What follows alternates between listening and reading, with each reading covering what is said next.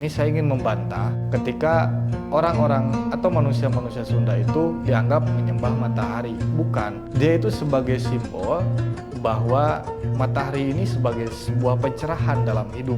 Dalam diri manusia sejatinya ada yang disebut mataharinya manusia atau mata ketiganya atau batara gurunya, yaitu yang disebut dengan pineal gland. Letaknya ada di tengah-tengah otak, sangat kecil sekali ukurannya. Nah, bangsa kita hari ini pineal gland atau batara gurunya tidak aktif kebanyakan. Nah, maka dari itu perlu kita aktifasi agar bagaimana kita menjadi orang yang tercerahkan, orang yang senantiasa berkesadaran. Termasuk kita tidak akan mudah memandang sesuatu dengan sebelah mata dan tidak akan mudah mengeluarkan atau memberikan sebuah penghakiman yang tidak berdasar. Mari kita kembali pada ajaran leluhur kita. Mari kita kembalikan jati diri yang sudah lama hilang dan kita menjadi bangsa yang hebat dan menjadi manusia paripurna.